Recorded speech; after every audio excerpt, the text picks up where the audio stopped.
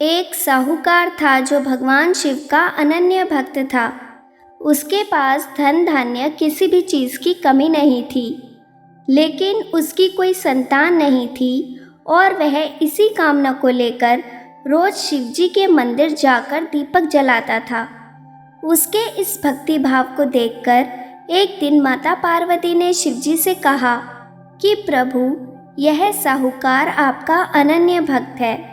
इसको किसी बात का कष्ट है तो आपको उसे अवश्य दूर करना चाहिए। शिवजी बोले कि हे पार्वती, इस साहूकार के पास पुत्र नहीं है, यह इसी से दुखी रहता है।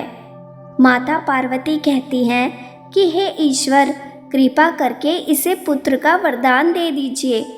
तब भोलेनाथ ने कहा कि हे पार्वती, साहूकार के भाग्य में पुत्र का योग नहीं है। ऐसे में अगर इसे पुत्र प्राप्ति का वरदान मिल भी गया तो वह केवल 12 वर्ष की आयु तक ही जीवित रहेगा।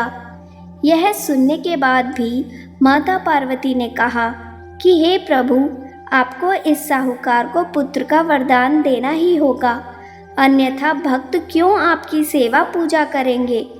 माता के बार बार कहने से भोलेनाथ ने साहूकार को पुत्र का वरदान दिया, लेकिन यह भी कहा कि वह केवल 12 वर्ष तक ही जीवित रहेगा। साहूकार यह सारी बातें सुन रहा था, इसलिए उसे ना तो खुशी हुई और ना ही दुख। वह पहले की ही तरह भोलेनाथ की पूजा अर्चना करता रहा। उधर सेठानी गर्भवती हुई और 9वें महीने उसे सुंदर बालक की प्राप्ति हुई। परिवार में खूब हर्षोल्लास मनाया गया, लेकिन साहूकार पहले की तरह ही रहा और उसने बालक की 12 वर्ष की आयु का जिक्र किसी से भी नहीं किया। जब बालक 11 वर्ष का हुआ तो एक दिन साहूकार की पत्नी ने बालक के विवाह के लिए कहा। साहूकार ने कहा कि वह अभी बालक को पढ़ने के लिए काशी जी भेजेगा। इसके बाद उसने बालक के मामा को बुलाया और कहा कि इसे काशी जी पढ़ने के लिए ले जाओ और रास्ते में जिस भी स्थान पर रुकना वहाँ यज्ञ करते और ब्राह्मणों को भोजन कराते हुए आगे बढ़ना। उन्होंने ऐसा ही किया। रास्ते में एक राजकुमारी का विवाह था। जिससे उसका विवाह होना था वह एक आंख से काना था। तो उसके पिता ने जब अति सुंदर साहूकार के बेटे को देखा तो उनके मन में आया कि क्यों ना इसे ही घोड़ी पर बिठाकर शादी के सारे कार्य संपन्न करा लिए जाएं। तो उन्होंने मामा से बात की और कहा कि इसके बदले में वह अथाह धन देंगे, तो वह भी राजी हो गए। इसके बाद साहूकार का बेटा विवाह की वेदी पर बैठा और जब विवाह कार्य संपन्न हो गया तो जाने से पहले उसने राजकुमारी की चुंदरी के पल्ले पर लिखा कि तेरा विवाह तो मेरे साथ हुआ है, लेकिन जिस राजकुमार के साथ तुझे भेजेंगे वह तो एक आंख से काना है। इसके बाद वह अपने मामा के साथ काशी के लिए चला गया। उधर जब राजकुमारी ने अपनी चुनरी पर यह लिखा हुआ पाया तो उसने राजकुमार के साथ जाने से मना कर दिया। तो राजा ने अपनी पुत्री को बारात के साथ विदा नहीं किया। बारात वापस लौट गई। उधर मामा और भांजे काशी जी पहुँच गए थे। एक दिन जब मामा ने यज्ञ रच रखा था और भांजा बहुत देर तक बाहर नहीं आया तो मामा ने अंदर जाकर देखा तो भांजे के प्राण निकल चुके थे।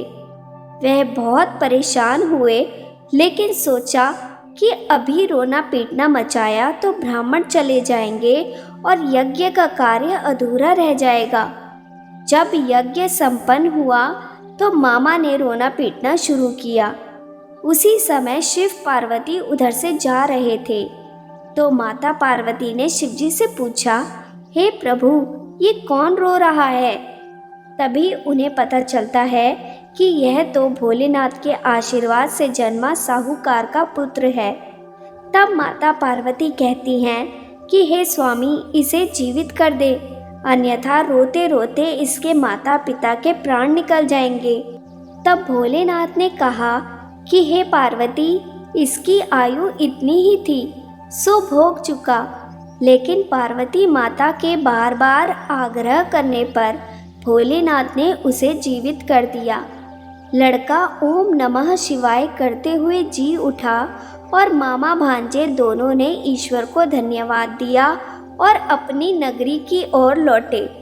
रास्ते में वही नगर पड़ा जहां उसका विवाह हुआ था। राजकुमारी ने उन्हें पहचान लिया।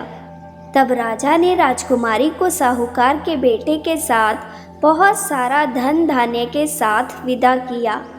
उधर साहूकार और उसकी पत्नी छत पर बैठे थे। उन्होंने यह प्रण कर रखा था कि यदि उनका पुत्र सकुशल ना लौटा तो वे दोनों भी छत से कूदकर अपने प्राण त्याग देंगे।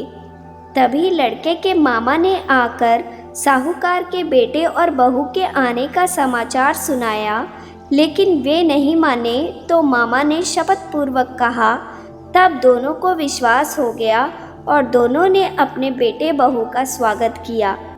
उसी रात साहूकार को स्वप्न में शिवजी ने दर्शन दिए और कहा कि तुम्हारे पूजन से मैं प्रसन्न हुआ। इसी प्रकार जो भी व्यक्ति इस कथा को पढ़ेगा या सुनेगा उसके समस्त दुख दूर हो जाएंगे और मनोवांछित कामनाओं की पूर्ति होगी।